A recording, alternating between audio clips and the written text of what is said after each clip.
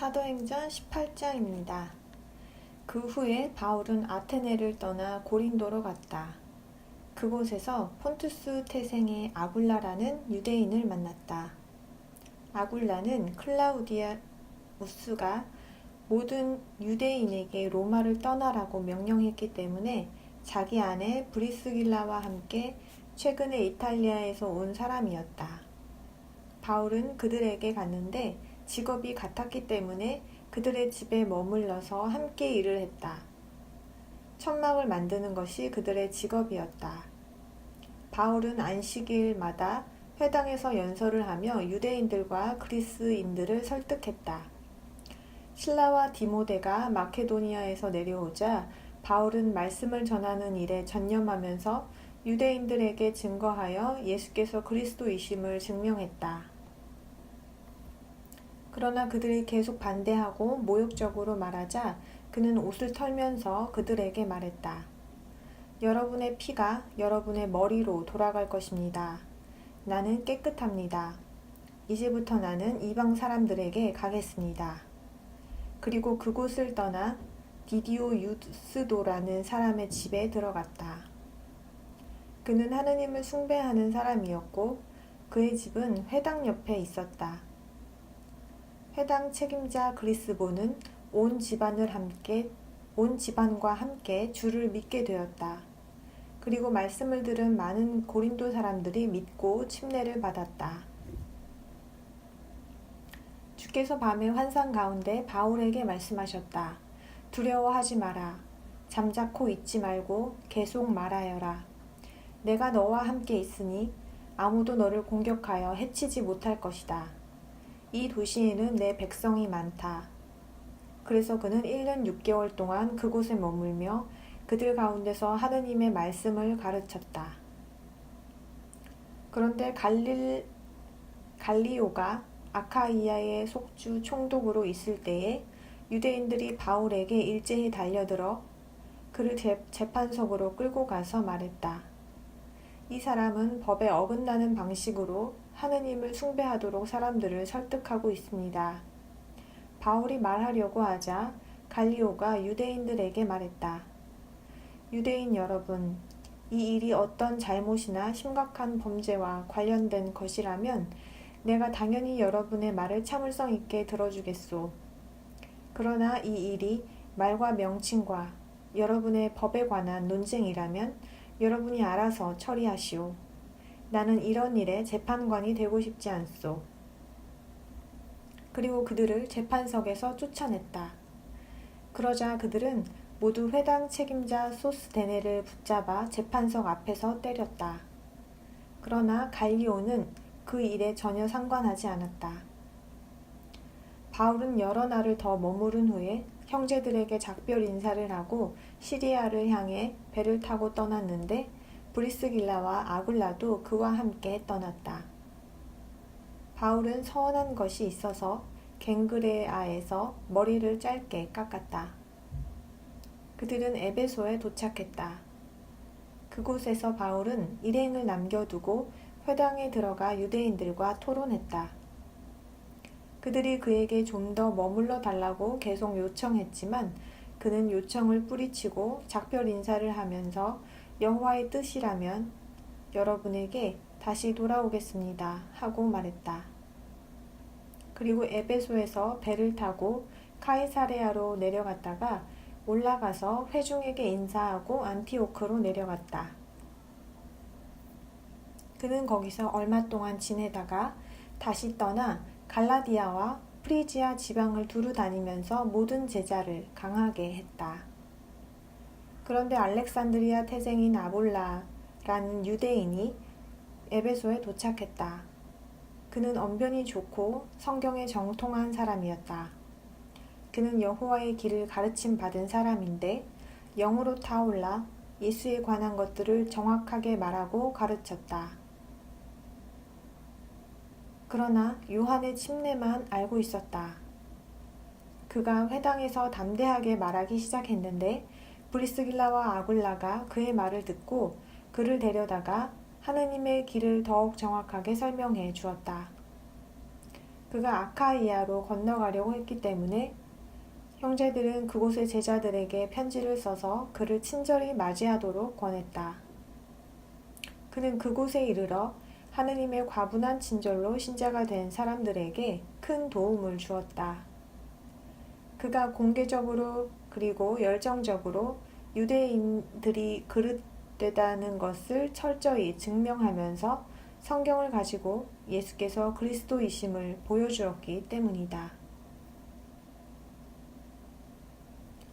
사도행전 19장입니다. 아볼로가 고린도에 있는 동안 바울은 내륙 지방을 거쳐 에베소로 내려왔다. 그곳에서 그는 몇몇 제자를 만나 여러분은 신자가 되었을 때에 성령을 받았습니까? 하고 물었다. 그들은 성령이 있다는 말은 들어보지도 못했습니다. 하고 대답했다. 그가 다시 물었다. 그러면 여러분은 어떤 침례를 받았습니까? 그들은 요한의 침례입니다. 하고 대답했다. 바울이 말했다. 요한은 회개를 상징하는 침례를 주면서 사람들에게 자기 뒤에 오시는 분, 곧 예수를 믿으라고 말했습니다. 그들은 이 말을 듣고 주 예수의 이름으로 침례를 받았다. 그리고 바울이 그들에게 손을 얹자 성령이 그들에게 내려서 그들이 외국어로 말하고 예언하기 시작했다.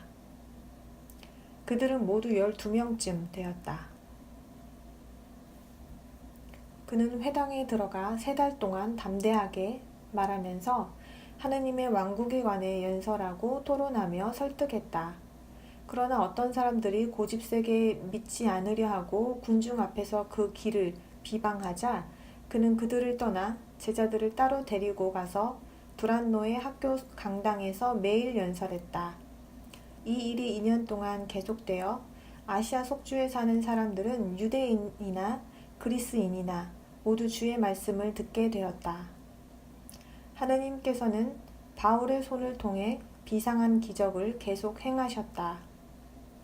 바울의 몸에 닿았던 수건이나 앞치마를 병든 사람들에게 가져가기만 해도 그들에게서 질병이 사라지고 악한 영들이 나왔다. 그런데 떠돌아다니면서 악귀를 쫓아내던 어떤 유대인들도 악한 영이 들린 사람들에게 주 예수의 이름을 사용해 보려고 했다. 그들은 바울이 전파하는 예수의 이름으로 너희에게 엄숙히 명한다 하고 말했다. 스게와라는 유대인 수제사장의 7 아들도 그런 일을 하고 있었다. 그러자 악한 영이 그들에게 나는 예수도 알고 바울도 잘 아는데 너희는 누구냐 하고 말했다. 그러고는 악한 영이 들린 사람이 그들에게 달려들어 그들을 모두 제압하여 이기니 그들은 옷이 벗겨지고 상처를 입은 채 그 집에서 도망쳤다. 이 일이 에베소에 사는 유대인들과 그리스인들 모두에게 알려지자 그들 모두가 두려워하게 되었고 주 예수의 이름을 계속 드높여졌다. 그리고 신자가 된 많은 사람이 와서 자기들의 행위를 숨김없이 고백하고 털어놓았다. 또 주술을 행하던 많은 사람이 자기들의 책을 모아 가지고 와서 모든 사람 앞에서 태워버렸다. 그들이 그 가치를 계산해 보니 은 5만 립 어치나 되었다. 이와 같이 여호와의 말씀이 위력 있게 자라가고 힘을 떨쳤다.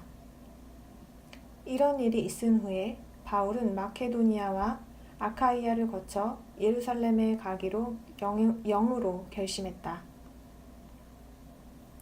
그는 그곳에 갔다가 로마도 가 보아야겠다 하고 말했다. 그래서 그는 자기를 섬기는 사람 중에서 디모데와 에라스도 2 사람을 마케도니아로 보냈고 자신은 아시아 속주에서 얼마 동안 더 머물렀다. 그때 그 길과 관련해 적지 않은 소동이 일어났다. 데메드리오라는 은세 공인이 있었는데 그는 은으로 아르테미스 신당 모형을 만들어 장인들에게 큰 돈벌이를 시켜주었다. 그가 장인들과 또 같은 일에 종사하는 다른 사람들을 모아놓고 말했다. 여러분, 잘 아시다시피 우리는 이 사업으로 호황을 누리고 있습니다. 그런데 여러분이 보고 듣는 대로 이 바울이라는 자가 사람의 손으로 만든 신은 신이 아니라고 하면서 에베소만 아니라 아시아 속주의 거의 모든 곳에서 많은 무리를 설득하여 그들의 생각을 바꿔놓았습니다. 이러다가는 우리 사업에 대한 평판이 나빠질 뿐만 아니라 위대한 여신 아르테미스의 신전이 무시를 당하고 아시아 속주 전체와 사람이 거주하는 땅에서 숭배받는 이 여신의 위엄도 사라져버릴 위험이 있습니다. 그들은 이 말을 듣고 몹시 화가 나서 에베소 사람의 아르테미스는 위대하다 하고 외쳤다. 그래서 도시가 온통 혼란에 빠졌다. 그들은 바울의 동행들인 마케도니아 사람 가이오와 아리스다르고를 끌고 일제히 극장으로 몰려 들어갔다. 바울이 그 사람들 속으로 들어가려 했지만 제자들이 그를 말렸다. 축제와 경기를 주관하는 위원들 중 그와 친분이 있는 몇 사람도 그에게 사람을 보내어 위험을 무릅쓰고 극장에 들어가지 말라고 당부했다. 그곳에 모인 무리가 혼란에 빠져 있었고 대다수는 자기들이 왜 모였는지도 몰랐기 때문에 이렇게 외치는 사람들도 있었고 저렇게 외치는 사람들도 있었다. 그들이 무리 속에서 알렉산더를 나오게 하자 유대인들이 그를 앞으로 밀어냈다. 알렉산더는 손짓을 하며 사람들에게 변호하려고 했다. 그러나 그들은 그가 유대인임을 알아보고는 모두 일제히 에베소 사람의 아르테미스는 위대하다 하고 2시간가량이나 외쳐댔다. 마침내 서기장이 무리를 진정시키고 나서 말했다. 에베소 사람들이여, 에베소시가 위대한 아르테미스와 하늘에서 내려온 형상을 지키는 신전 수호자라는 것을 모르는 사람이 어디 있습니까? 이것은 부인할 수 없는 사실이니 여러분은 진정하고 경솔하게 행동하지 마십시오. 여러분이 여기에 끌고 온 이 사람들은 신정 강도도 아니고 우리 여신을 모독하지도 않았습니다. 그러므로 데메드리오와 또 그와 함께 있는 장인들이 누구를 고소할 일이 있다면 법정이 열리는 날들이 있고 속주 총독들도 있으니 당사자들끼리 고소해야 할 것입니다. 여러분이 제기하고 싶은 문제가 더 있다면 그것은 정식 집회에서 처리되어야 합니다. 사실 우리는 오늘의 일로 인해 소요죄로 고발당할 위험이 있습니다. 이 무질서한 모임을 정당화할 만한 근거를 제시할 수 없기 때문입니다. 그는 이렇게 말하고 집회를 해산시켰다.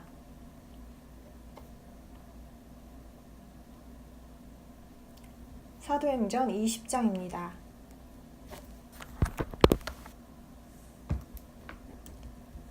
소동이 가라앉은 후에 바울은 제자들을 불러 그들을 격려한 다음 작별 인사를 하고 마케도니아로 떠났다. 그곳 지방들을 거쳐가면서 거기 있는 사람들을 많은 말로 격려한 후에 그리스로 와서 거기서 3달을 보냈다. 그러나 배를 타고 시리아로 떠나려고 했을 때에 유대인들이 그를 해치려는 음모를 꾸몄기 때문에 그는 마케도니아를 거쳐 돌아가기로 했다. 그와 동행한 사람들은 베레아 사람, 브로의 아들 소바더, 데살로니가 사람들인 아리스다르고와 세군도, 데르베 사람 가이오, 디모데, 그리고 아시아 속주 출신인 두기고와 드로비모였다. 이들은 먼저 가서 트로아스에서 우리를 기다리고 있었다. 우리는 무교절 후에 빌립보에서 배를 타고 5일 만에 트로아스로 가서 그들을 만나 그곳에서 7일 동안 지냈다. 주간 첫날에 우리는 식사를 하려고 함께 모였다. 바울은 이튿날 떠날 것이었기 때문에 사람들에게 연설을 하기 시작했는데 한밤중까지 길게 이야기를 했다. 우리가 함께 모여있던 위층 방에는 등불이 많이 있었다. 유두고라는 젊은이가 창문에 걸터 앉아 있다가 바울이 이야기를 계속하는 동안 깊이 잠이 들었다. 그는 잠에 빠져 있다가 3층에서 떨어졌는데 일으켜 보니 죽어 있었다. 바울이 아래로 내려가 유두고 위에 엎드려 그를 끌어안고 소란을 피우지 마십시오. 그가 살아 있습니다. 하고 말했다. 바울은 위로 올라가 식사를 시작했다. 그리고 날이 셀 때까지 오랫동안 이야기를 나눈 다음 떠났다. 그들은 살아난 소년을 데리고 가며 큰 위로를 받았다. 우리는 먼저 가서 배를 타고 앗소로 떠났다. 바울이 걸어서 그곳에 가기로 했기 때문에 우리는 그의 지시대로 거기서 그를 배에 태울 예정이었다. 우리는 앗소에서 그를 만나 배를 태우고 미틸레네로 갔다. 거기서 이튿날 배를 타고 떠나 키오스 근처에 이르렀고 다음날 사모스에 들렀다가 그 다음날에는 밀레투스에 도착했다. 바울이 아시아 속주에서 시간을 허비하지 않으려고 에베소를 그냥 지나가기로 결정했던 것이다. 그는 되도록이면 오순절에는 예루살렘에 도착하려고 서둘렀다. 그러나 바울은 밀레투스에서 에베소로 사람을 보내어 회중의 장로들을 불렀다. 그들이 오자 그가 말했다. 내가 아시아 속주에 발을 들여놓은 첫날부터 여러분 가운데서 어떻게 처신했는지 잘 아실 것입니다. 나는 유대인들의 음모로 시련을 겪고 눈물을 흘리면서 최대한 겸손히 주를 섬겼습니다. 그리고 유익한 것은 무엇이든 주저하지 않고 여러분에게 알려주었으며 공개적으로 또 집집에서 주저하지 않고 여러분을 가르쳤습니다. 나는 유대인과 그리스인 모두에게 회개하여 하느님께 돌아오고 우리 주 예수를 믿어야 한다고 철저히 증거했습니다. 지금 나는 영에 매여 예루살렘으로 가고 있는데 거기서 내게 무슨 일이 일어날지는 모릅니다.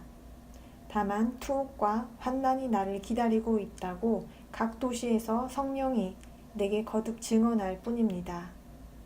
그렇지만 나의 행로와 내가 주 예수에게서 받은 봉사의 직무, 곧 하느님의 과분한 친절의 좋은 소식을 철저히 증거하는 일을 마칠 수만 있다면 나는 내 목숨을 조금도 중요하게 여기지 않습니다. 내가 여러분 가운데서 왕국을 전파했지만 나는 이제 여러분이 다시는 내 얼굴을 보지 못할 것임을 압니다. 그러므로 오늘 여러분이 이것을 증언해 주시기 바랍니다. 나는 모든 사람의 피에 대해 깨끗합니다. 내가 주저하지 않고 여러분에게 하느님의 모든 뜻을 알려주었기 때문입니다. 여러분 자신과 모든 양떼에 주의를 기울이십시오. 성령이 여러분을 그들 가운데 감독자로 임명하여 하느님께서 자신의 아들의 피로 사신 하느님의 회중을 돌보게 했습니다. 내가 떠난 후에 압제적인 이리들이 여러분 가운데로 들어와서 양떼를 부드럽게 대하지 않을 것임을 나는 압니다. 또한 여러분 가운데서 사람들이 일어나 제자들을 끌어내어 자기들을 따르게 하려고 왜곡된 것을 말할 것입니다. 그러므로 깨어 있으십시오. 내가 3년 동안 밤낮으로 쉬지 않고 눈물로 여러분 각자에게 훈계하던 것을 기억하십시오. 이제 나는 하느님과 그분의 과분한 친절의 말씀에 여러분을 맡깁니다. 그 말씀은 여러분을 세워줄 수 있고 거룩하게 된 모든 사람 가운데서 여러분에게 상속 재산을 줄 수 있습니다. 나는 누구의 은이나 금이나 옷을 탐낸 적이 없습니다. 여러분도 알다시피 나는 이 손으로 나와 내 일행에게 필요한 것을 마련했습니다. 내가 모든 일에서 여러분에게 보여준 것처럼 여러분도 그렇게 열심히 일하여 약한 사람들을 도와주어야 하고 또 주는 것이 받는 것보다 더 행복하다고 하신 주 예수의 말씀을 기억해야 합니다.